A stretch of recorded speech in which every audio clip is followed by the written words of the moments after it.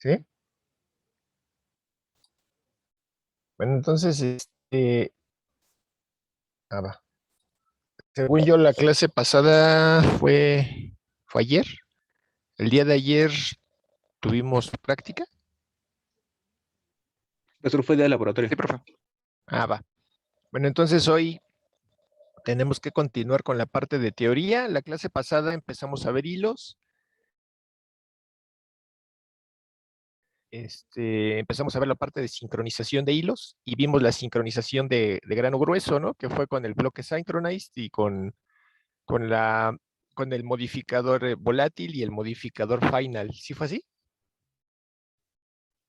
Sí, profe. Bueno, entonces, déjenme compartir, ponerla, esta. Entonces, retomando de esa parte que vimos la clase pasada,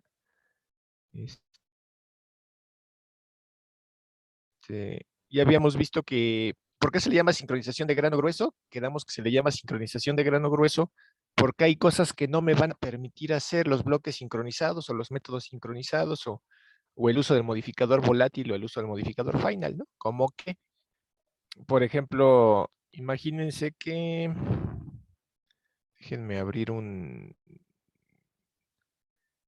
bloque de notas. Ahí.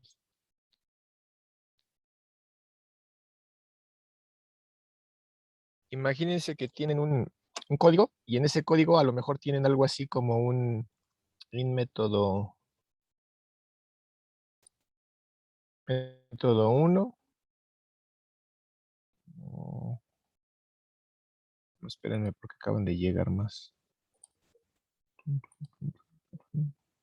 Según yo. Entonces tienen un método 1 y a lo mejor ese método 1 es un método que va a ser accesible por más de un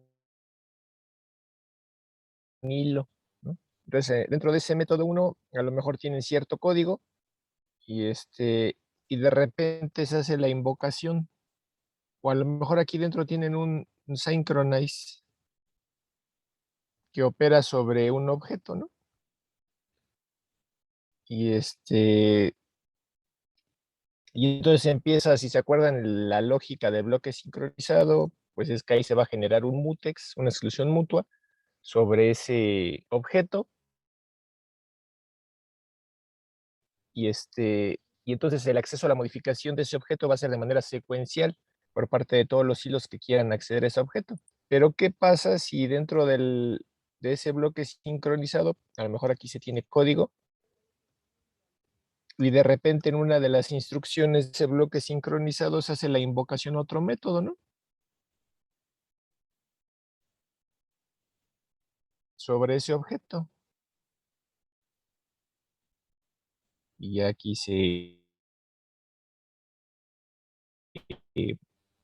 y aquí a lo mejor termina el bloque sincronizado y a lo mejor aquí termina el método. Y luego más adelante, a lo mejor se tiene el método 2.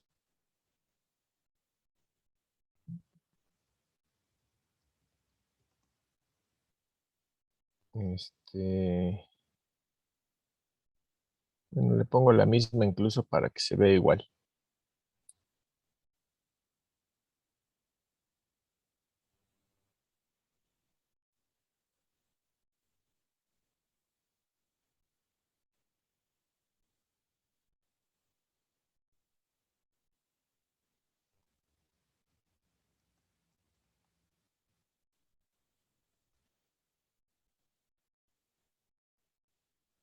Entonces imagínense que tuvieran algo así. Entonces están ejecutando una parte de su código, la lógica de su programa.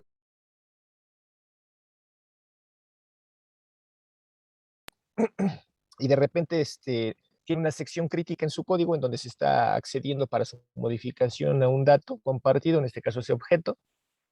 Y entonces para mantener la existencia de su información, en este caso de su objeto, inician un bloque sincronizado. Y dentro del cuerpo de ese bloque sincronizado hacen la invocación a otro método y le pasan ese mismo objeto, ¿no? Como parámetro. Y dentro de la lógica de ese otro método también tienen un bloque sincronizado sobre ese mismo objeto. ¿Qué va a pasar?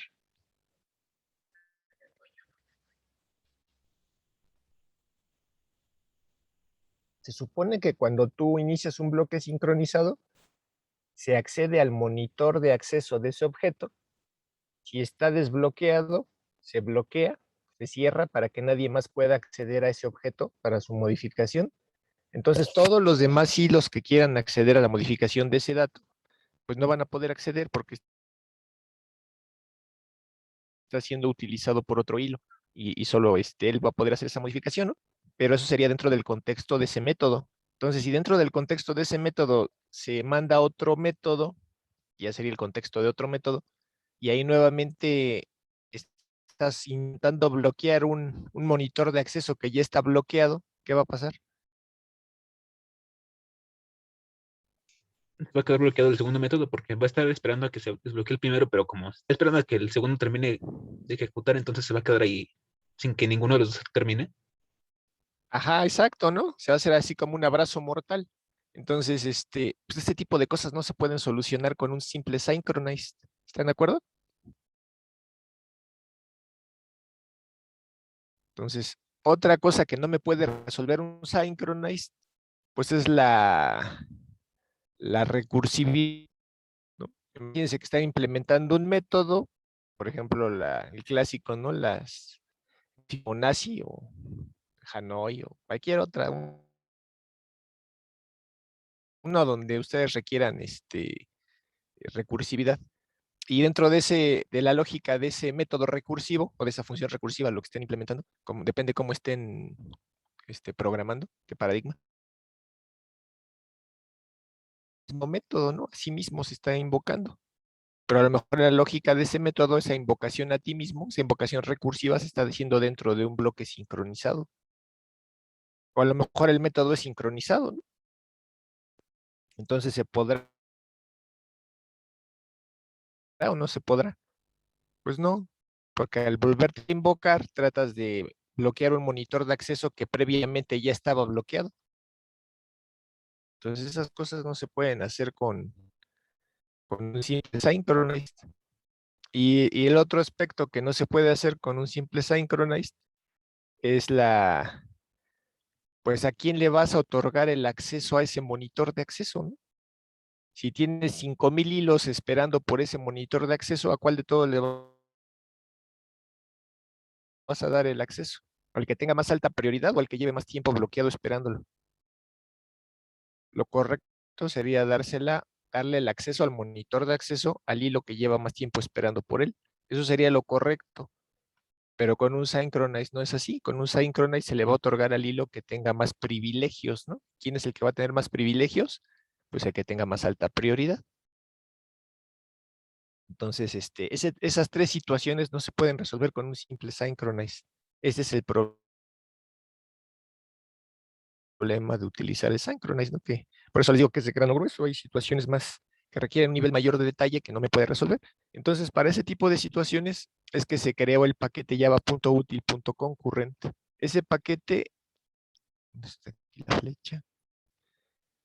Este paquete Java Util Concurrent me va a permitir a mí implementar mecanismos más detallados de sincronización de hilos, como esos tres que les acabo de mencionar, esos tres problemas que acabo de mencionar, ¿no? La invocación de un método de un método sincronizado que invoca otro método que también es sincronizado, o ay, ya se me olvidó otra vez la palabra, no sé por qué se me olvida tanto.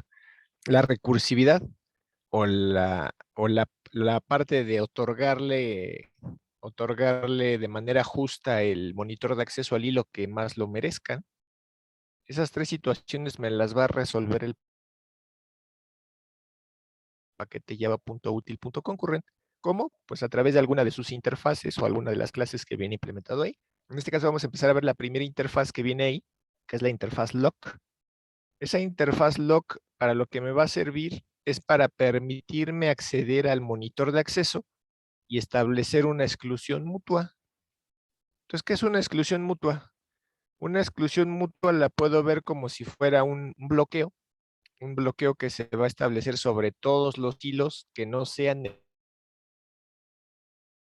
el que posee el monitor de acceso. ¿Para qué? Para que solamente un hilo a la vez pueda ejecutar pues, de manera secuencial una serie de instrucciones. Entonces, justamente en tu código, en donde tengas tu sección crítica, que es donde vas a hacer la modificación del dato compartido por los demás hilos, en este caso variables globales, descriptores de archivo, o depende si los hilos están compartiendo todo el contexto, pues donde esté la modificación que pudiera alterar la consistencia de tu información. Previamente a una línea antes de código, pues vas a establecer ese bloqueo o vas a establecer ese mutex, esa exclusión mutua. ¿Cómo? Pues muy sencillo. Solo necesitas tener una instancia de la interfaz lock, que es la primera cosa, ¿no? Si es una interfaz, ¿cómo generas una instancia?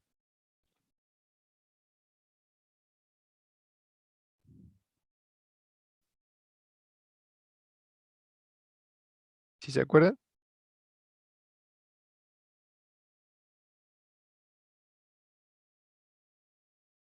Pues a través de una clase que implementa la interfaz, ¿no? Entonces ya tienes la clase que implementa la interfaz. Ahora, ¿qué haces? En lugar de poner un synchronize, basta con que invoques el método lock. Justo antes de hacer la modificación que te pudiera meter en problemas de consistencia, previamente pones un mutex, una exclusión mutua mediante el método lock. A partir de que se fija ese método lock, la siguiente instrucción solo va a poder ser accedida por un hilo a la vez. ¿Qué hilo? El que ganó el acceso al monitor de acceso y lo bloqueó. Ajá. Y ustedes van a decir, pues en eso se parece mucho y es igual a un synchronized. Pues sí, pero a diferencia de synchronized, este sí me permite poder hacer múltiples, bueno, cosas diferentes de entrada, ¿no? Cosas diferentes como que, empezando por la justicia, se maneja un parámetro de justicia que te permite otorgar el monitor de acceso al hilo que lleve más tiempo bloqueado esperándolo. Entonces ahorita vamos a ver eso. Entonces el chiste es que una vez que tú ya estableces ese mutex, esa exclusión mutua mediante el método lock, tienes que poner un bloque try catch finally o un bloque try finally, cualquiera de los dos. Si tú sabes que posiblemente surjan excepciones, pues pones un bloque try catch finally. Si tú sabes que no van a surgir excepciones, pues pones un bloque finally. Porque un bloque finally en todos los programas Java, absolutamente todos, aunque nosotros no lo hayamos programado, siempre se va a invocar el método finally, siempre de los siempre, ¿no? ¿Y para qué se utiliza? Pues para liberar recursos que normalmente a lo mejor se nos pudiera olvidar liberar. Por ejemplo, si estás trabajando con una base de datos, generas un objeto de tipo conexión a una base de datos, lo correcto sería dentro de un bloque finally en ese programa hacer el cierre de la conexión a la base de datos para que no se quede abierta por cuestiones de seguridad. Ajá. Si tienes abiertos archivos a través de flujos, si tienes abiertas conexiones a través de socket, lo correcto es que en un bloque finally siempre lo cierres. ¿Por qué? Porque si se te llegara a quedar abierto un archivo, se llega a quedar abierto un socket, pues como son bloqueantes, probablemente y si es que hay varios hilos intentando acceder a esos recursos, ya sea al socket, al archivo y demás, pues no se van a poder acceder hasta que se cierren. O si estás manejando excepciones y por alguna excepción sale de contexto de ejecución tu aplicación, entra al contexto de manejo de excepciones y ya no vuelve a donde tenía que llegar, pues se va a quedar bloqueado el monitor de acceso que previamente cerraste con el método lock, ¿no? Entonces, para liberar ese candado que está cerrado, en el bloque finally siempre lo tienes que liberar. ¿Sí se entiende eso? Sí, profe. Sí. Bueno, entonces para eso se tiene que utilizar el bloque try finally o try catch finally y forzosamente dentro del finally se tiene que invocar el método unlock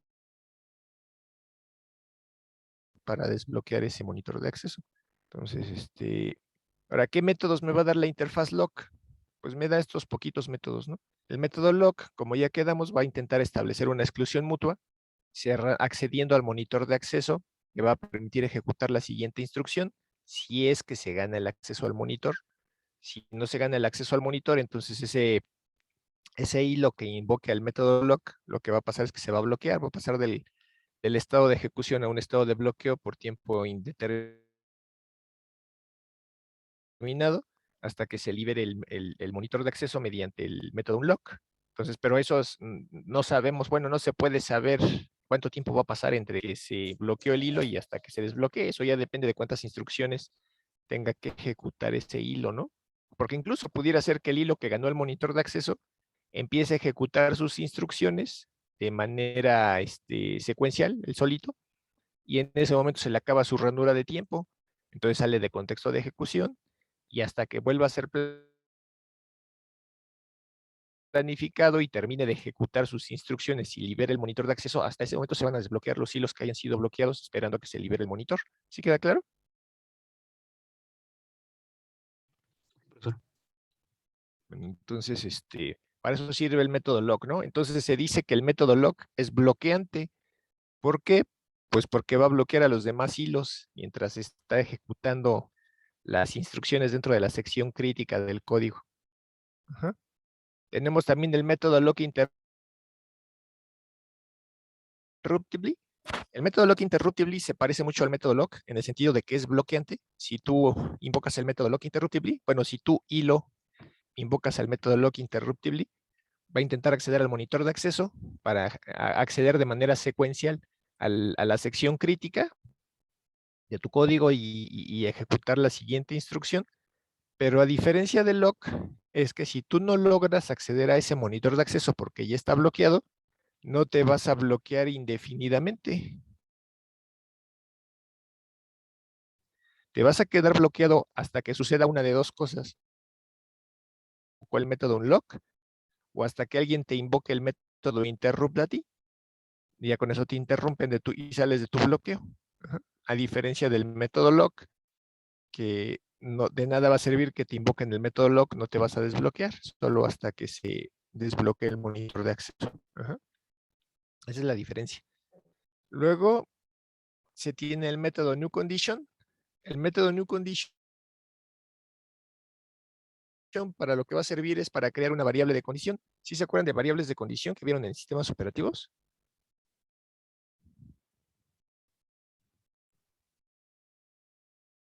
No mucho, profe. ¿No? ¿Sí se acuerdan para qué se usaban?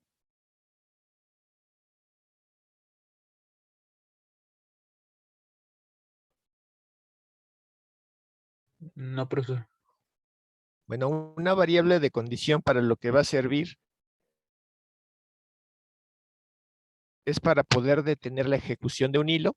O sea, haz de cuenta, un hilo está ejecutando sus instrucciones, ¿no? Que tiene que ejecutar en el cuerpo del hilo. Y por algún motivo se da cuenta que no puede continuar su ejecución. ¿Por qué? Pues porque a lo mejor le falta que se dé una situación, que se termine de completar un proceso por parte de otro hilo, que se tenga un valor en alguna variable que necesita tener, que se termine de realizar una operación de entrada y salida que por ahí se está llevando a cabo, o sea, cualquier situación que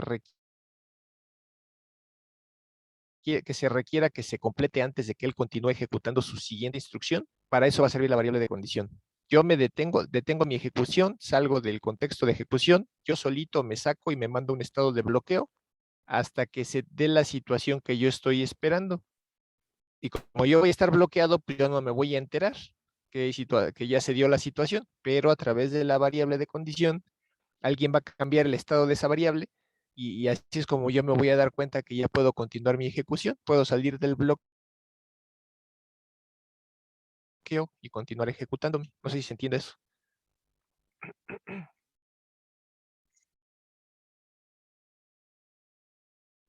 Es como un desbloqueo externo o algo así. Ajá, exacto. Yo me voy a poder bloquear solo, pero no me puedo desbloquear. Necesito que me desbloqueen. ¿Y cómo me van a desbloquear? Pues a partir de esa variable de condición. Ajá. Entonces, como si me avisaran, ya despierta, ya está lo que tú necesitabas que se diera, el evento que necesitabas que se diera para seguir ejecutándote, ya se dio. Entonces ya puedes continuar tu ejecución. Entonces para eso sirve una variable de condición. Las vamos a ver más adelante, yo creo, en la siguiente clase. Entonces, las variables de condición siempre van a requerir estar asociadas a una exclusión mutua, a un mutex, como en el caso de esta interfaz lock. ¿Por qué?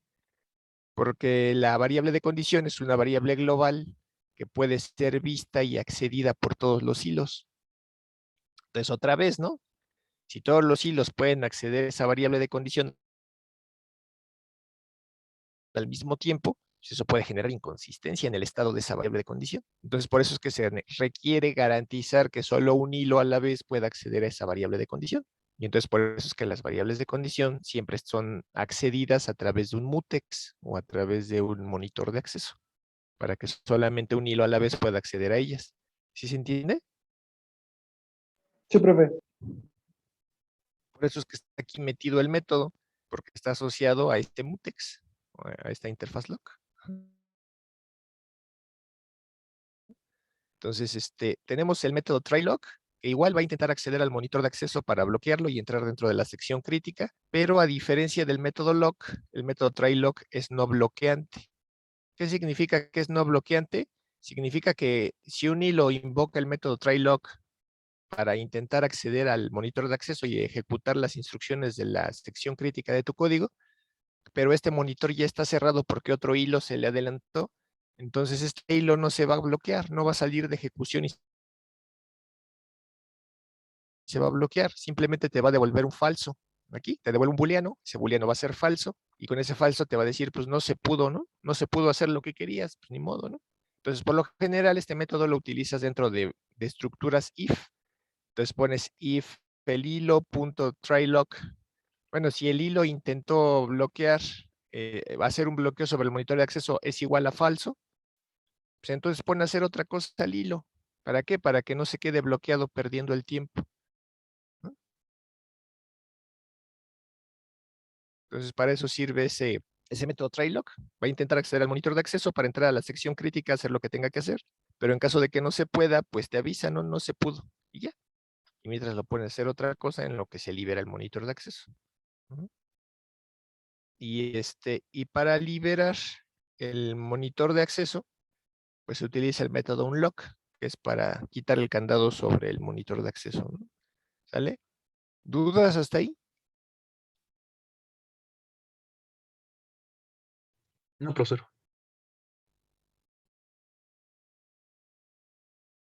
¿No hay dudas? No, profesor. ¿No? Bueno, entonces esa es la interfaz lock. Ahora vamos a ver una clase que implementa esa interfaz. Una clase que implementa esa interfaz y que también es parte del paquete java.util.concurrent.logs. Es la clase reentrantLock. ¿Cómo a qué le suena el nombre?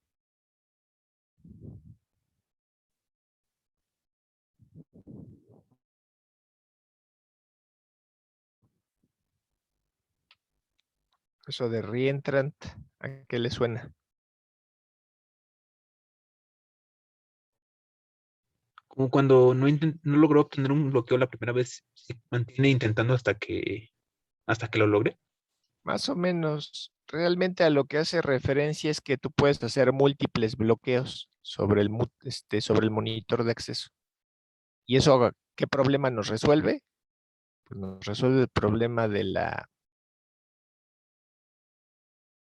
funciones recursivas, bueno, en este caso los métodos recursivos, y los múltiples bloqueos, porque desde un mutex que ya está bloqueado, se invocó otro método y se intentó bloquear el mismo mutex, ¿no? Otra vez.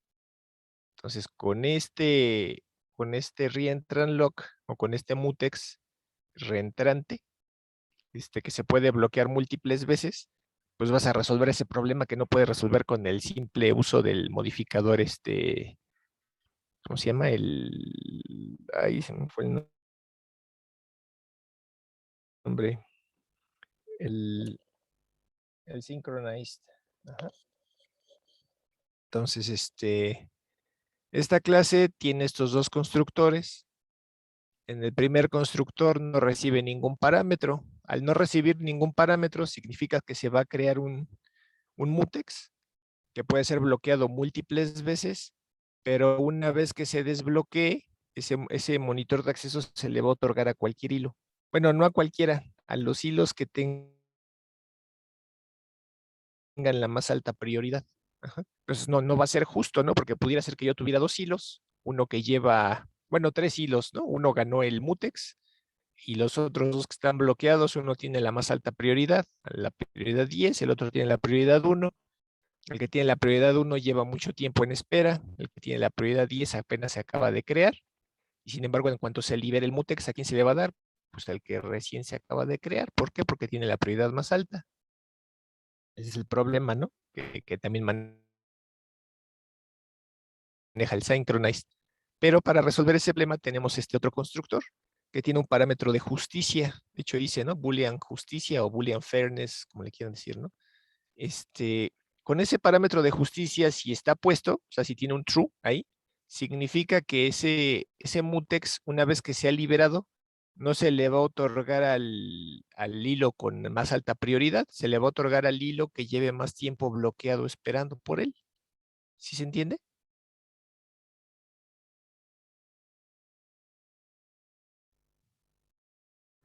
Sí, profe.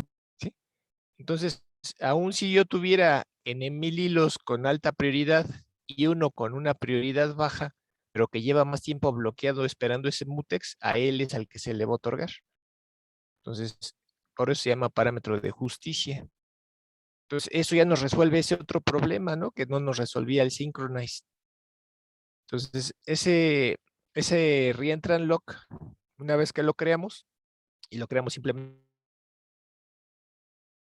de generar una instancia, ya sea con este constructor o con este, nos da estos métodos que podemos utilizar.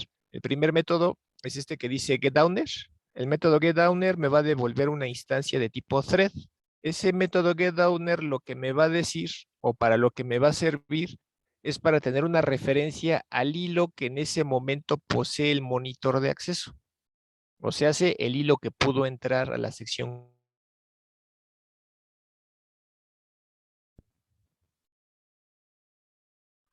Profesor.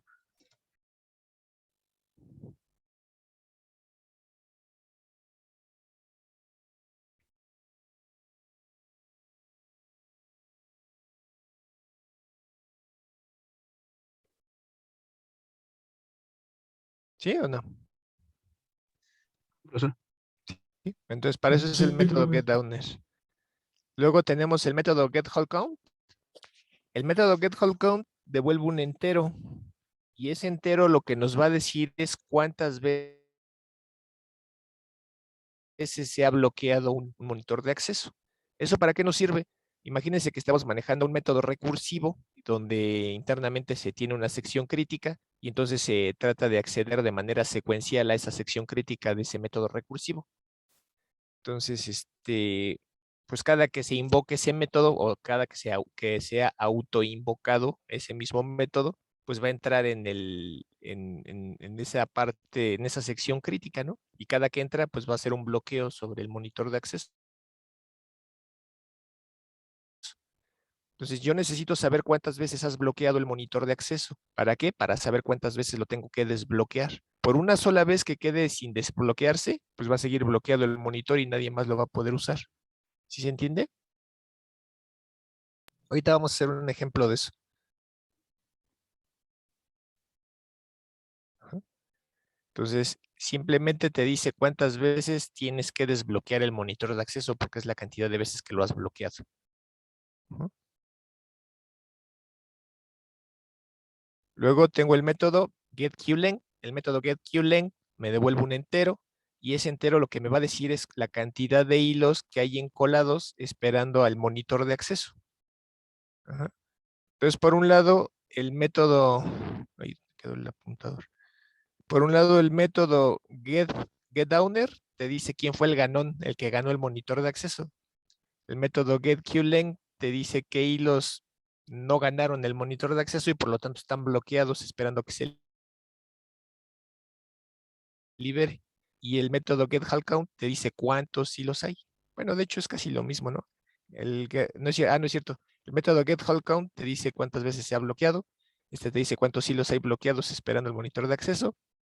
El método getWaitingThreads lo que te va a devolver es una colección, o sea, un listado que contiene referencias de tipo thread con las que puedes acceder a los hilos que fueron bloqueados a través de una misma variable de condición.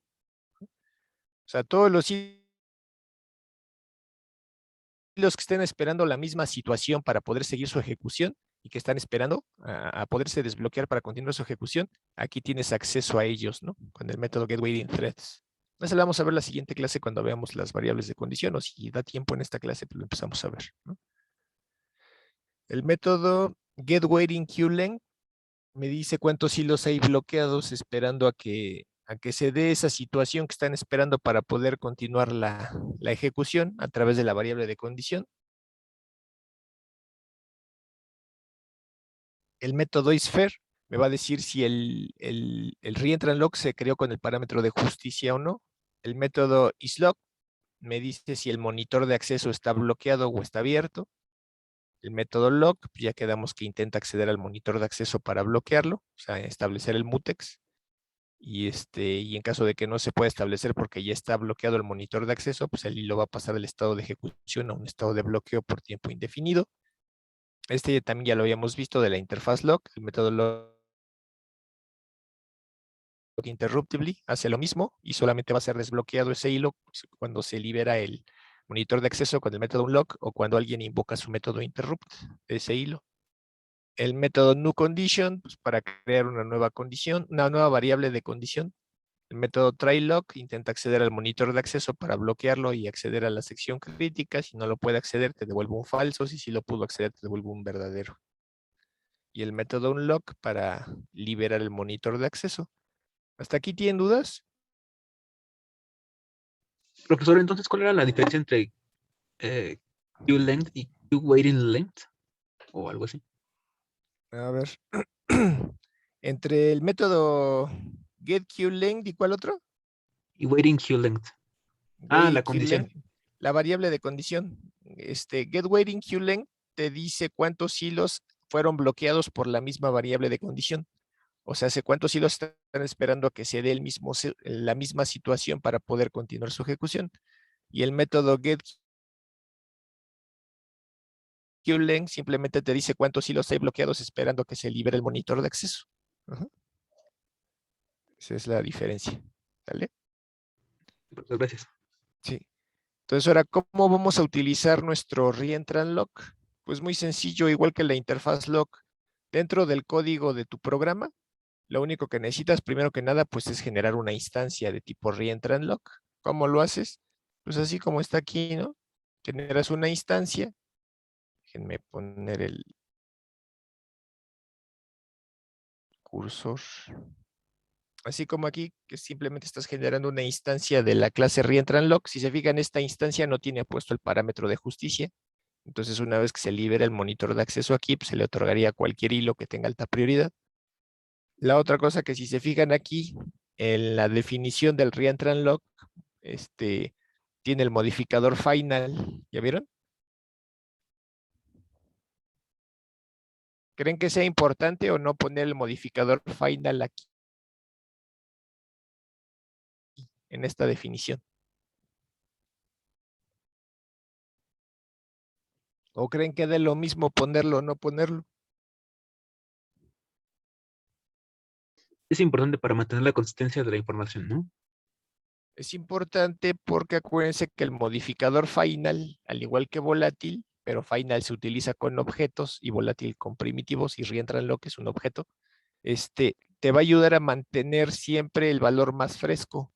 Entonces, en este caso del mutex, tú necesitas saber siempre el valor más fresco para saber si el mutex está, bueno, si el monitor de acceso está cerrado o está abierto. Entonces, para eso se le pone aquí el modificador final, para todo el tiempo tener esa información de saber si está cerrado o está abierto el monitor de acceso. Si no lo tiene, pues pudiera ser que no tuvieras la última visión de ese monitor de acceso. Y al no tener el dato más fresco, puede ser que esté cerrado y tú estés intentando cerrarlo. Y, ajá, o simplemente es para eso, ¿no? Para tener la vista del dato más fresco que se tenga, en este caso, con respecto al estado del monitor de acceso. Entonces, está declarado mi reentrant lock, y dentro del código donde se vaya a realizar mi sección crítica, que es la modificación del dato compartido, acuérdense que simplemente se cierra el monitor de acceso con el método lock, o con el método try-lock, o con el método lock interruptively, cualquiera de los tres. Inicias un bloque try finally o try catch finally, en este caso viene un try finally, y dentro del try, pues vas a hacer la modificación de ese dato, que sería aquí donde dice cuerpo del método, harías variables, porque puede ser más de una, ¿no? Que tengas que modificar y que sean las que pudieran generar posibles problemas de inconsistencia. Y ya cuando sabes que ya no se corre riesgo de esa inconsistencia, pues ya pones tu bloque finally y haces la liberación del monitor de acceso. Ajá, ¿sí queda claro?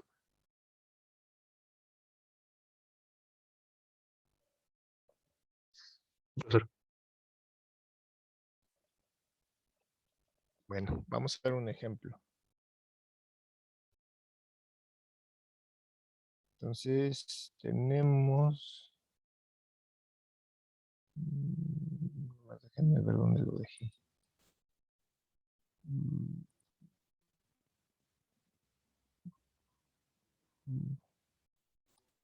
¿Dónde lo dejé?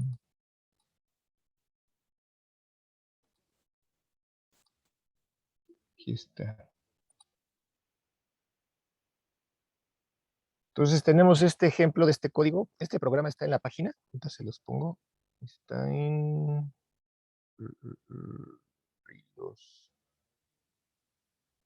Es este que acabo de sombrear en azul. Ah, bueno, ya sombreé todos. Este que acabo de sombrear en azul. Este que dice reentrantLockTest.java. ¿Sí se ve? Bueno, ya se puso gris, no está en azul. Ese. ¿Sí se ve? Ahí se lo pueden bajar si lo quieren probar.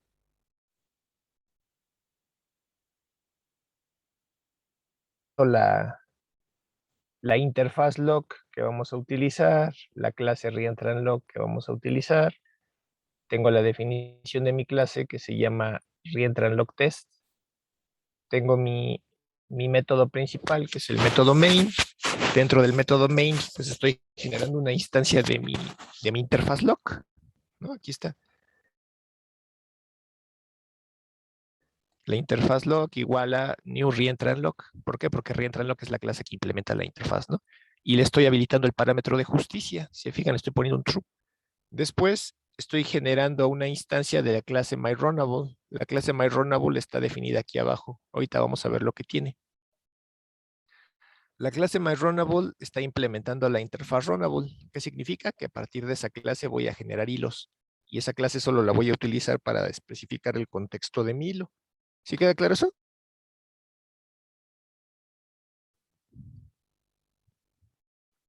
Profesor. ¿Sí?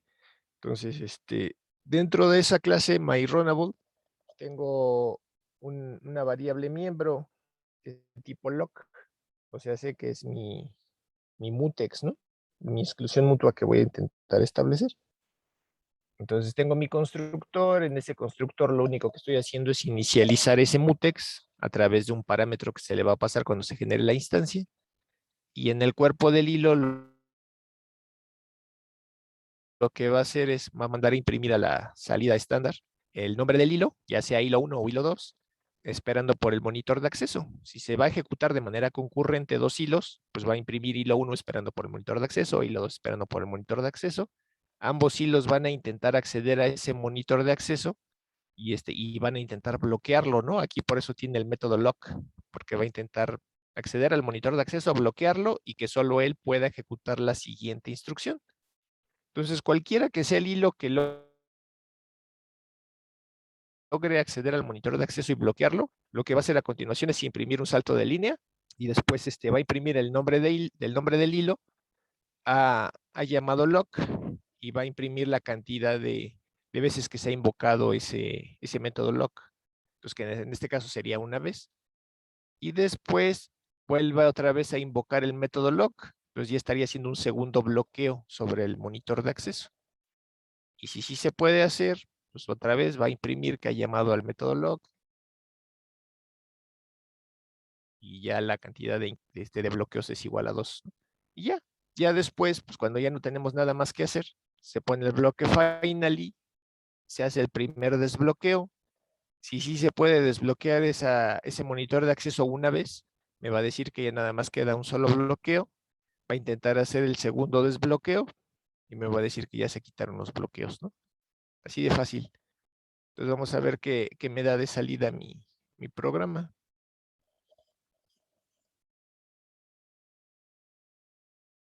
Aquí está, ¿no?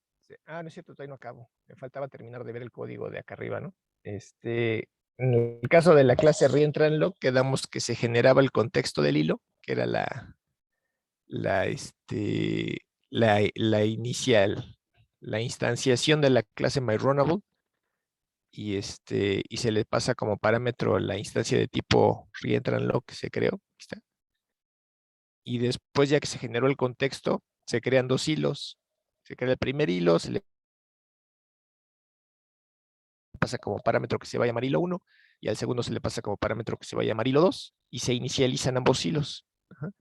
A pesar de que los creamos así, primero el hilo 1 y luego el hilo 2, no significa que se van a planificar en ese orden. De hecho, aquí se fijan, primero se planificó el hilo 2 y después se planificó el hilo 1. Entonces, ¿qué podemos ver de esa salida?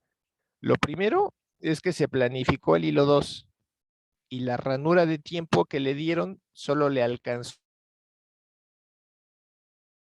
para ejecutar una instrucción, que precisamente es esa instrucción, ¿no? Que dice hilo 2 esperando por el monitor de acceso. Ahí se le acabó su ranura de tiempo, se guardó su contexto, vino un cambio de contexto, se planificó el siguiente hilo, que fue el hilo 1, y le alcanzó su ranura de tiempo para igual ejecutar una sola instrucción, que fue esa que dice hilo 1 esperando por el monitor de acceso. Ahí se le acabó también su ranura de tiempo. Vino un cambio de contexto, se planificó nuevamente el hilo 2, y en este caso el hilo 2 alcanza a hacer el bloqueo, el primer bloqueo sobre el monitor de acceso, y por eso dice aquí, hilo 2 ha llamado lock, y se incrementa en una unidad la cantidad de bloqueos sobre el monitor de acceso. A lo mejor aquí hubiera venido un cambio de contexto y se habría planificado el hilo 1, pero aún si hubiera sido así, a la hora de que el hilo 1 intenta invocar el método lock para acceder al monitor de acceso y bloquearlo, no va a poder. ¿Por qué? Porque está bloqueado. Ya fue bloqueado por el hilo 2. Entonces, ¿qué le queda hacer al hilo 1? Nada, quedarse bloqueado. Sale de contexto de ejecución, pasa a un estado de bloqueo de manera indefinida hasta que se desbloquee el monitor de acceso. Entonces, y aquí no se ha desbloqueado, el hilo 2 apenas ha hecho un bloqueo. Después el hilo 2 hace el segundo bloqueo, entonces ya tiene 2 veces bloqueado el monitor de acceso. Y mientras esté bloqueado, pues el hilo 2, digo, el hilo 1 no va a poder hacer nada, ¿no? No va a poder acceder a esas instrucciones. Entonces, después el hilo 2 ya libera uno de los bloqueos, sigue habiendo al menos un bloqueo, mientras esté por lo menos ese bloqueo, pues el hilo 1 no va a poder hacer nada. Aquí donde ya se liberan todos los bloqueos que se tenían sobre el monitor de acceso, ya queda libre, y como ya queda libre, ahora sí ya puede acceder el hilo 1 a ese monitor de acceso y bloquearlo. ¿Sí se ve?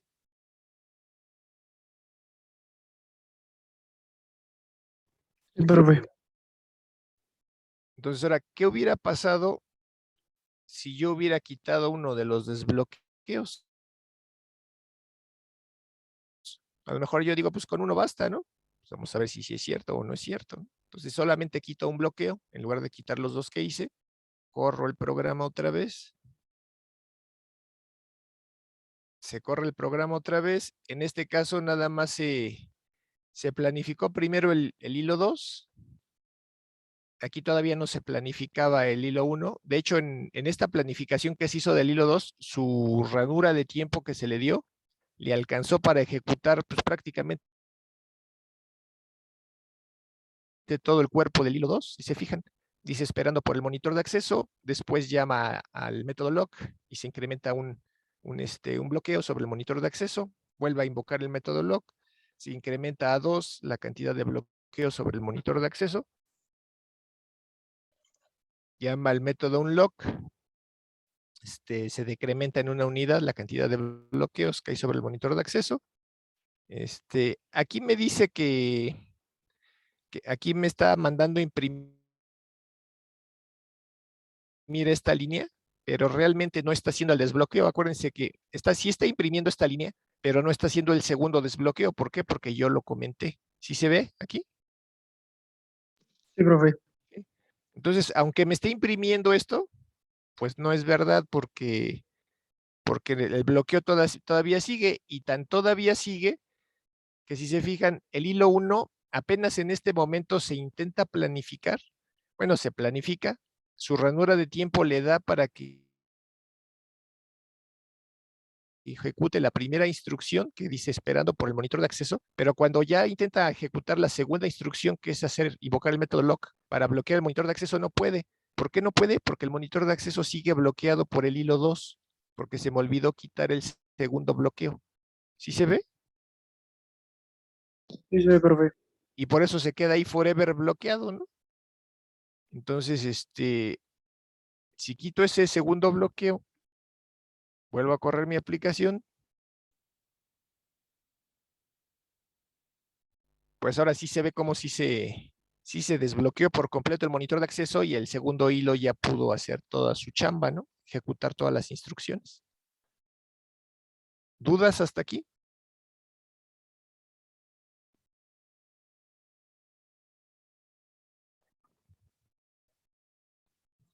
Profesor, solo una pregunta. En la página está con la parte del try finally. Es que lo acabo de checar, pero creo que solamente está sin el try No, finally. sí, es que ese me di cuenta hasta hoy, hace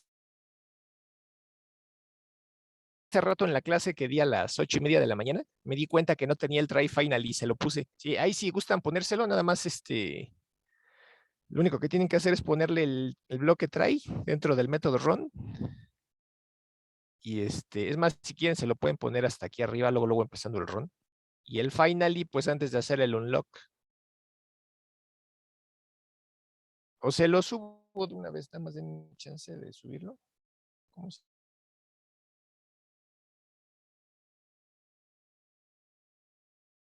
se llama? Reentran unlock test. Déjenme buscarlo. Y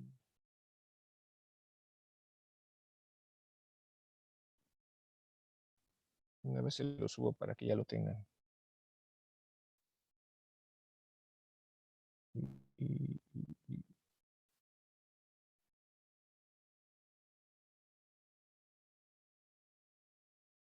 Y aquí está en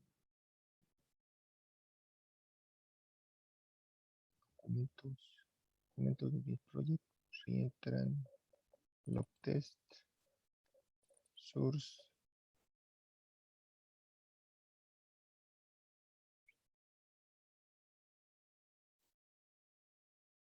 Según yo ya se subió.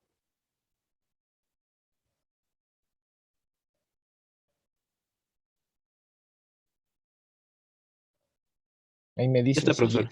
¿sí? Va, pues ya está, ¿no? Sí, gracias. Entonces, ese fue el del reentran log test. Entonces ahora vamos a ver otra interfaz que se va a utilizar en la clase, en el paquete java.util.concurrent.logs, que en este caso es la interfaz read-write-log.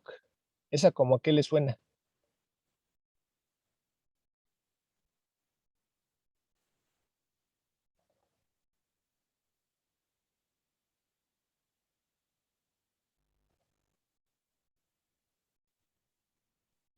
¿No le suena nada?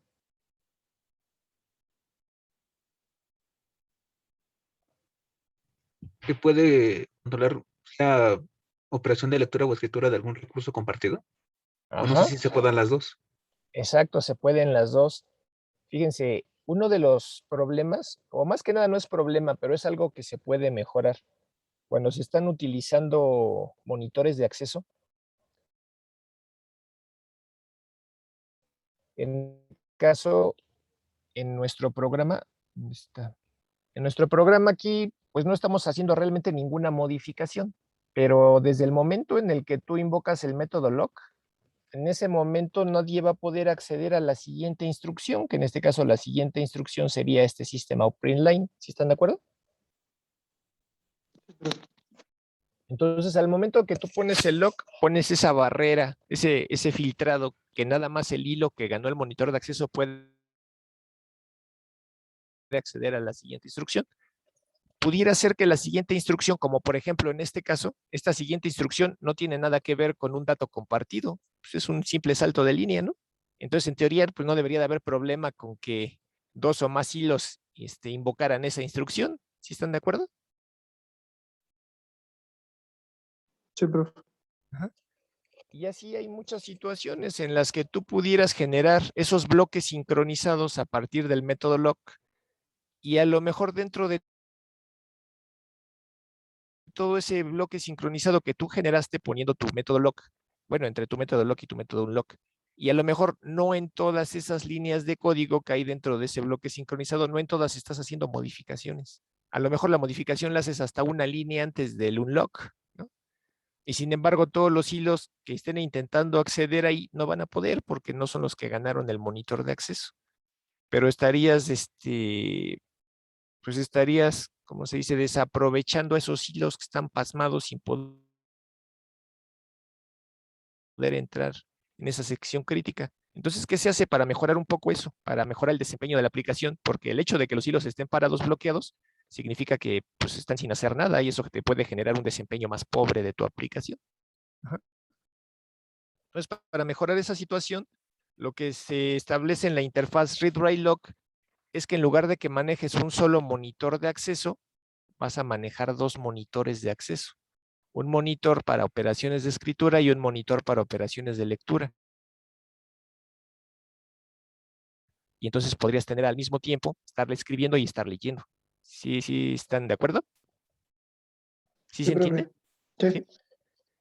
Entonces, dado que es más lenta una operación de escritura que una operación de lectura, pues podrías realizar varias operaciones de lectura mientras se lleva a cabo una operación de escritura. Entonces, eso te va a generar pues programas más eficientes que van a jalar más rápido, porque no los tienes a los hilos bloqueados. Si nada más van a leer, pues que se pongan a leer mientras se está llevando a cabo una modificación. Entonces, para eso tenemos la interfaz read-write-lock, que me va a dar los métodos read-lock y write-lock. El método read-lock te va a devolver una instancia de tipo lock. ¿Qué significa? Te está devolviendo un monitor de acceso para la operación de lectura. El método write-lock te devuelve una instancia de tipo lock, que significa que te está devolviendo también un monitor de acceso, pero para la operación de escritura. Entonces ahí están tus dos monitores, el de lectura y el de escritura. ¿Sí se ve? Sí, se ve, profe. Sí. Bueno, entonces tenemos ahí. Entonces teníamos a la interfaz read-write-lock. Ahora tenemos a la clase reentran read-write-lock que va a implementar a la interfaz read-write-lock. Y esa clase reentran read-write-lock tiene también dos constructores. El primer constructor sin parámetros, que significa que te va a generar dos monitores de acceso, uno de lectura, uno de escritura, y esos monitores de acceso se van a otorgar a los hilos que tengan mayor prioridad. O puedes usar el constructor de abajo que tiene el parámetro de justicia, el fair. Y ese te va a otorgar los monitores de acceso a los hilos que tengan más tiempo bloqueados esperándolos. Ya quedamos eso. Entonces aquí también tenemos una serie de métodos con los que podemos interactuar con esos dos monitores de acceso. Tenemos el método igual getDowner, que ya quedamos que nos va a devolver la referencia hacia el hilo que posee. En este caso no puede haber un mismo hilo que posea los dos monitores, ¿no? Entonces solamente nos va a devolver la referencia al hilo que posee uno de los monitores. ¿Cuál? Pues el importante, que es el monitor de escritura. ¿Por qué? Porque con el monitor de escritura puedes hacer operaciones de escritura y de lectura. Con el monitor de lectura nada más puedes hacer operaciones de lectura. ¿Sale?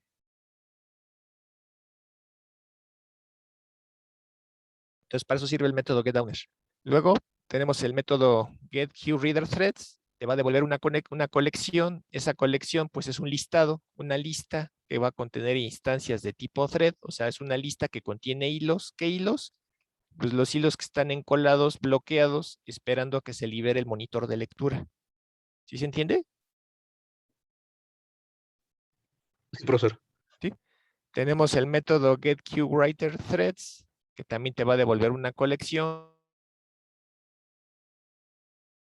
que almacena elementos de tipo thread y es un listado que va a guardar hilos que están bloqueados esperando que se libere el monitor de escritura. Tenemos el método getQthreads, que devuelve igual una colección que almacena elementos de tipo thread, o sea, es una lista que almacena hilos que están bloqueados, están encolados esperando que se libere cualquiera de los monitores, ya sea el de escritura o el de lectura.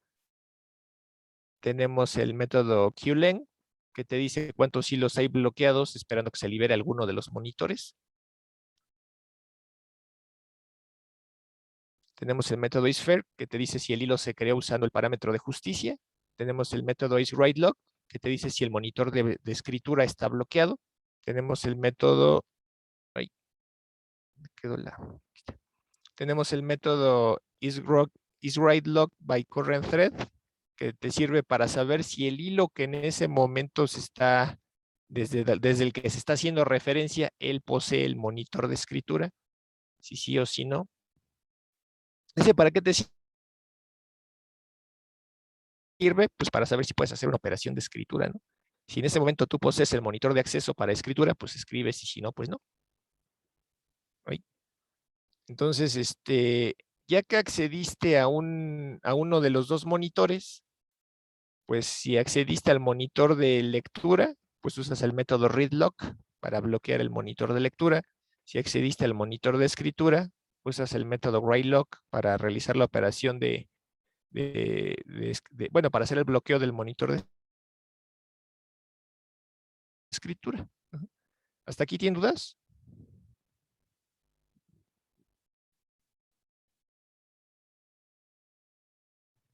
Profesor, de momento no.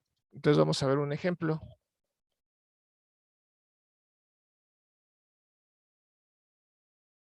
Y este ejemplo...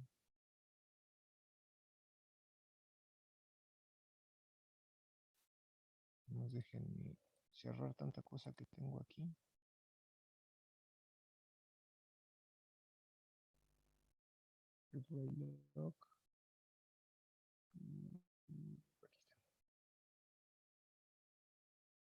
Entonces empezamos con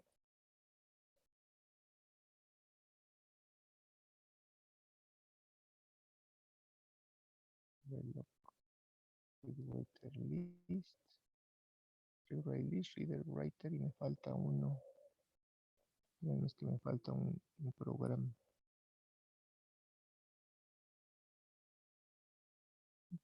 Está read write list, es decir, está read write log test. Ahí está, reader y writer.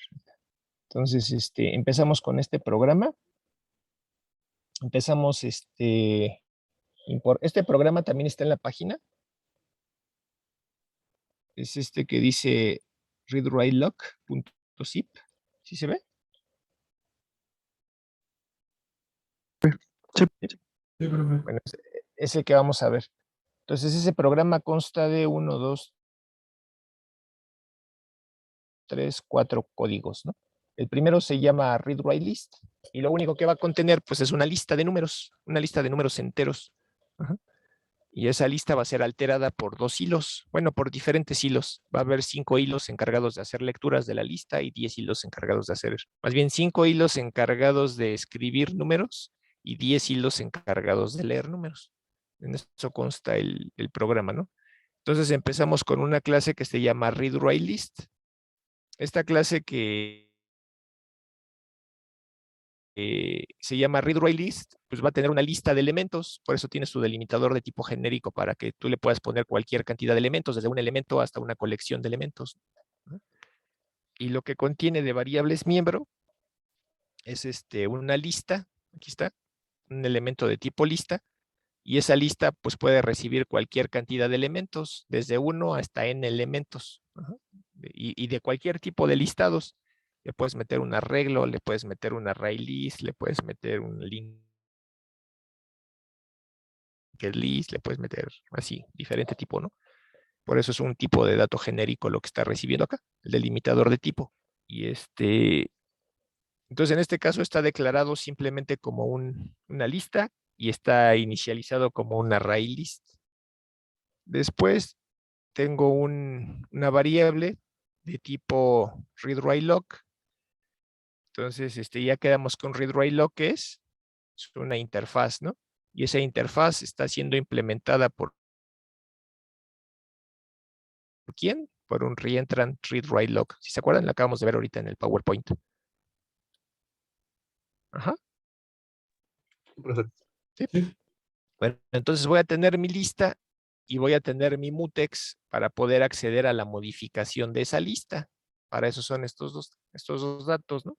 Mi lista y cómo voy a acceder a la lista a través de ese mutex. Entonces tengo mi constructor. En este constructor lo único que hago es hacer la inicialización de la lista. De hecho, aquí en el constructor del readWriteList, estoy especificando que aquí puedo recibir cualquier cantidad de elementos de inicio, desde un solo elemento, que sería como un arreglo de un elemento, hasta arreglos más grandes o listas o array list, lo que le quiera poner ahí.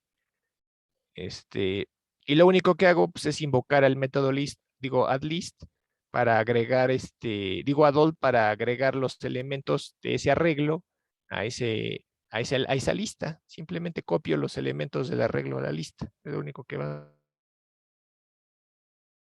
hacer. Luego está definido un método que se llama agregar. Aquí está, ¿no? El método add. ¿Y qué es lo que va a agregar? Pues un elemento a la lista. Va a agregarle un número a la lista. Se va a insertar un número en esa lista que yo ya tengo.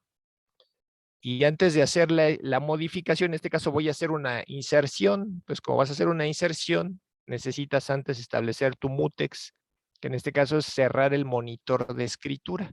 Entonces, ¿qué estamos haciendo? Antes de hacer la modificación, aquí es donde se está haciendo la modificación sobre la lista, pero antes de hacerla, ¿qué hacemos? Accedemos al monitor de escritura, aquí mediante el método writeLock. Estoy accediendo al monitor de escritura y lo estoy bloqueando con el método lock. ¿Sí se ve? Accedo al monitor de escritura y lo bloqueo. Ya que lo bloqueé, genero mi bloque tryFinally o tryCatchFinally. En este caso fue un tryFinally. Y dentro de ese bloque tryFinally, ahora sí hago la operación de riesgo, que es la que me pudiera generar la inconsistencia, ¿no? Bueno, que aquí no me la va a generar porque ya está protegido por el mutex. Entonces, con el método add, estoy agregando ese número al arreglo y ya. Cuando ya no hay nada que hacer, pues quito el mutex, lo desbloqueo con el método unlock. Así de fácil, ¿no? Luego tengo otro método que lo que va a hacer es obtener un elemento de la lista o un elemento del arreglo. Yo le digo el índice del número que quiero que me devuelva. Si ese arreglo tiene, por ejemplo, 10 números y le digo dame el 7, se va a ir a la posición 7 y es el número que me va a devolver. Entonces, como voy a hacer una operación de lectura, pues antes de hacerla voy a acceder al monitor de lectura. Por eso invoco el método readLock para obtener el monitor de lectura y lo bloqueo con su método lock. Y ya que está bloqueado, accedo al elemento de la lista ubicado en la posición index. Y ya cuando ya no hay riesgo, pues ya quito el monitor. En este caso, ¿por qué necesito usar un bloqueo, un mutex para poder hacer una operación de lectura?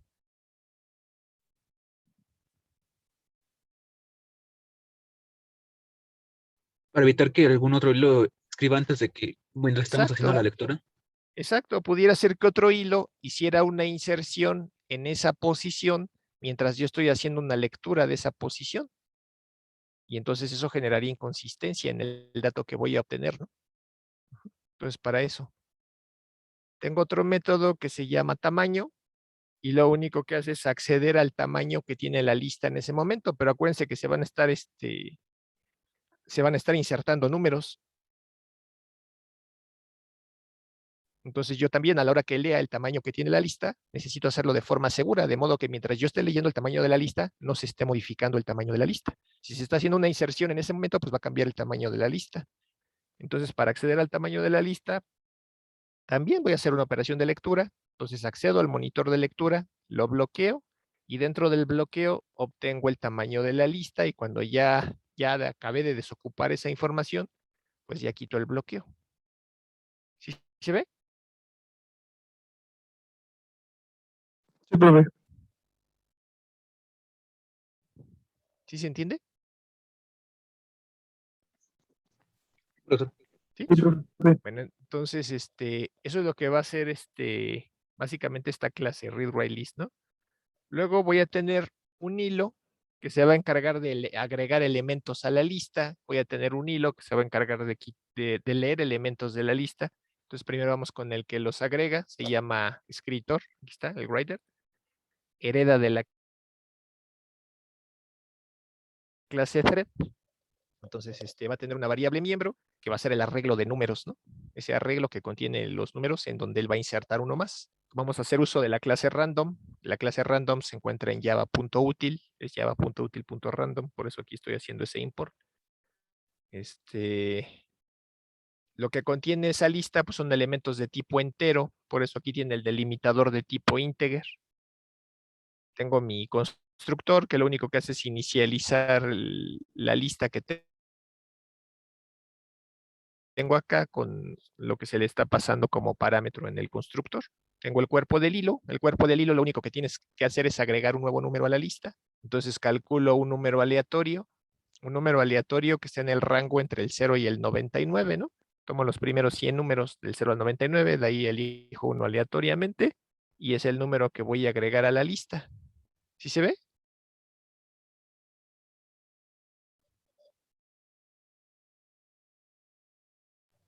Profesor. Si se fijan, aquí yo no le estoy invocando ¿cómo se llama? Ningún bloqueo. ¿O sí? ¿Estoy usando algún lock aquí?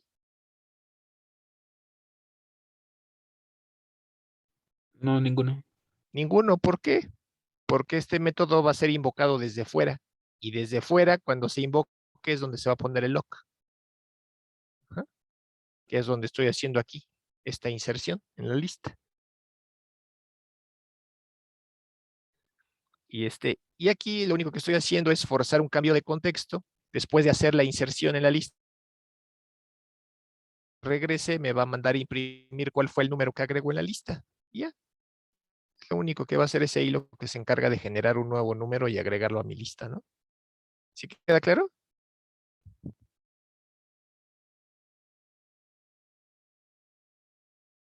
Bueno, entonces, tengo este otro hilo. Esta clase se llama lector o reader. También hereda de la clase thread.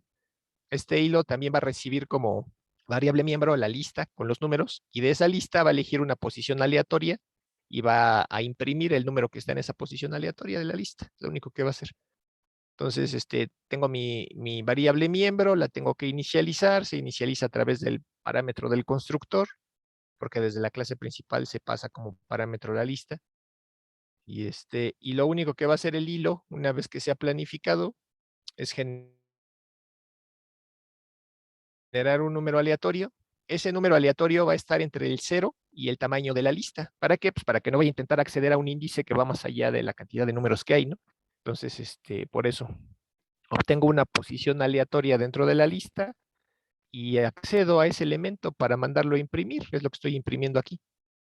Ajá, entonces, calculo una posición aleatoria dentro de la lista, saco el número. Bueno, no lo saco, simplemente lo leo y lo imprimo. Y es lo único que voy a hacer. Si se fijan, aquí tampoco tengo un lock para hacer esa operación de lectura. ¿Por qué? Porque voy a hacer el bloqueo desde fuera. Entonces, desde fuera yo voy a hacer el acceso a la ejecución de este hilo y y aun cuando aquí yo no tengo el bloqueo, se está haciendo desde afuera y va a quedar protegida esa operación de lectura. Ajá. Después me voy a ir a dormir 100 milisegundos y cuando regrese, pues ya finaliza su ejecución ese hilo. Y ya el último programa que nos falta ver es este del read write log test. Vamos a definir dos constantes. Por eso aquí tengo el static final. Dos constantes de tipo entero. Una me va a decir la cantidad de hilos que van a leer números de esa lista. La otra me dice la cantidad de hilos que van a insertar números en esa lista. ¿Lista? 5 hilos para insertar, 10 números, 10 hilos para leer. Tengo mi método principal, genero mi listado inicial. Este listado inicial pues es un arreglo de enteros. Tiene 4 números enteros, el 33, el 28, el 86 y el 99. Y entonces genero una instancia de mi clase readWriteList y le paso como parámetro pues este arreglo de enteros, ¿no? Es lo que le estoy pasando aquí como parámetro, mi arreglo de enteros que va a tomar y los va a agregar, ¿no? A mi lista. Después, ya que tengo creado mi lista que va a ser compartida por los otros 2 hilos, voy a generar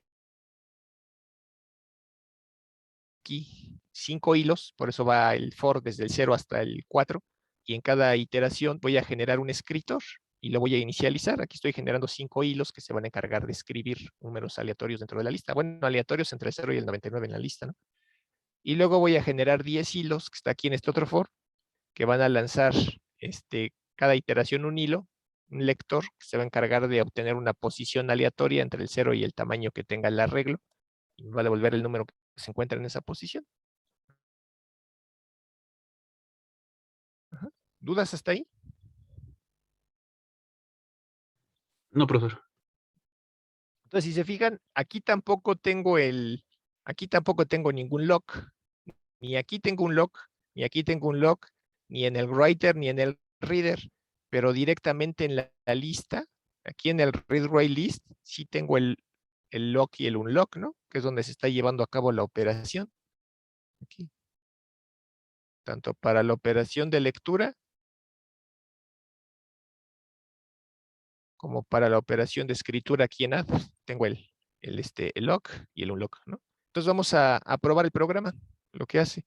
Ahí, déjenme hacer esto más grande. Y lo corremos. Entonces, acuérdense, inicialmente mi lista contenía nada más esto. 4 números enteros, el 33, el 28, el 86 y el 99. Se supone que yo planifiqué, bueno, no sé si los planifiqué, pero inicialicé primero 5 hilos de escritura, que es lo que tengo aquí, que es lo que se ve aquí, ¿no? El for que va desde 0 hasta el writer size. Son 5 hilos que se encargan de generar números, cada uno un número y lo agrega a la lista. En algún momento se van a planificar, pero después de que se planifican, acuérdense que, bueno, aquí no se ve, pero dentro de la clase writer, una vez que se agrega el número, después de que se agregó el número, se va a dormir 100 milisegundos el hilo. Entonces aquí en la salida que yo puedo ver en el programa, ¿qué salida estoy viendo yo? Primero estoy viendo los hilos de lectura, los que dicen get, y después estoy viendo los de escritura, los que dicen put. Pero el que yo vea esto así no significa que sí se haya ejecutado en ese orden. ¿Por qué? ¿Cómo me puedo dar cuenta? Pues simplemente con ver el listado, ¿no? En el listado yo estoy viendo que aquí está imprimiendo un 86. El 86 sí existía en la lista. Luego se está imprimiendo un 8. El 8 no existía en la lista, ¿o sí? No existía. Ese es uno de los números que se insertó. Ajá. El 45 tampoco existía. Ese es otro número que se insertó. El 56 tampoco existía. Ese es otro número que se insertó. El 75 tampoco existía. Es otro número que se insertó. Ajá. Entonces, primero se planifican, en este caso, los escritores. Cada uno de los escritores obtiene un número aleatorio en el rango en 0 al 99. Antes de escribirlo en la lista, primero bloquea el mutex. Bueno, bloquea el monitor de acceso mediante el mutex. Inserta el número y luego ya quita el monitor de acceso, ¿no? Lo libera, el de escritura. Y eso es lo que va a hacer cada uno de esos 5 hilos, que fueron estos. Y entonces insertaron el 45, el 75, el 56, el 68 y el 8. Posteriormente a que hicieron su inserción, cada uno se fue a dormir 100 milisegundos. Mientras transcurrían esos 100 milisegundos, se planificaron los otros 10 hilos.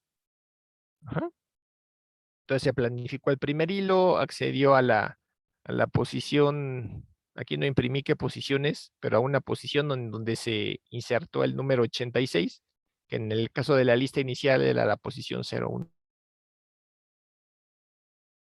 En la posición 2.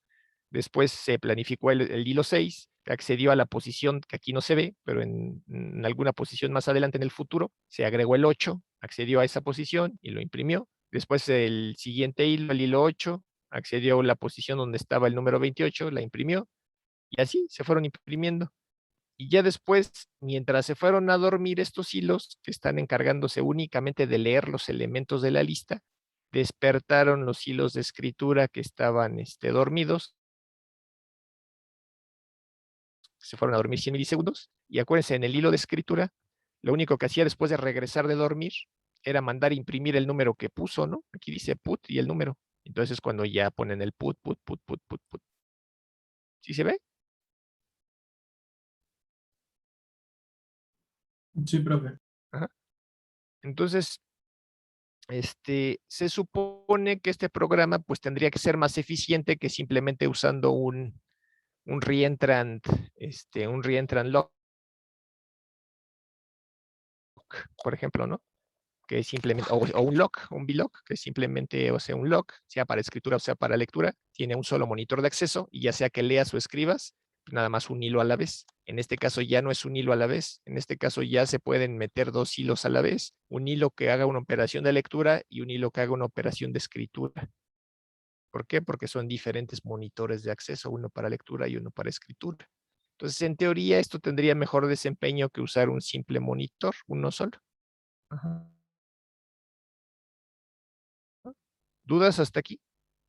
A lo mejor aquí no se ve tan claro, pero ahora que lo veamos en C, se va a ver mucho más claro porque ahí tengo un programa donde igual se insertan y se eliminan números, pero ahí sí se ve muy bien la diferencia en desempeño por la velocidad a la que se hacen las inserciones y las eliminaciones. Porque además ahí sí estoy agregándole pues miles o millones de inserciones y de eliminaciones. En sí, ¿sale? Así que ahorita no se preocupen por esa parte.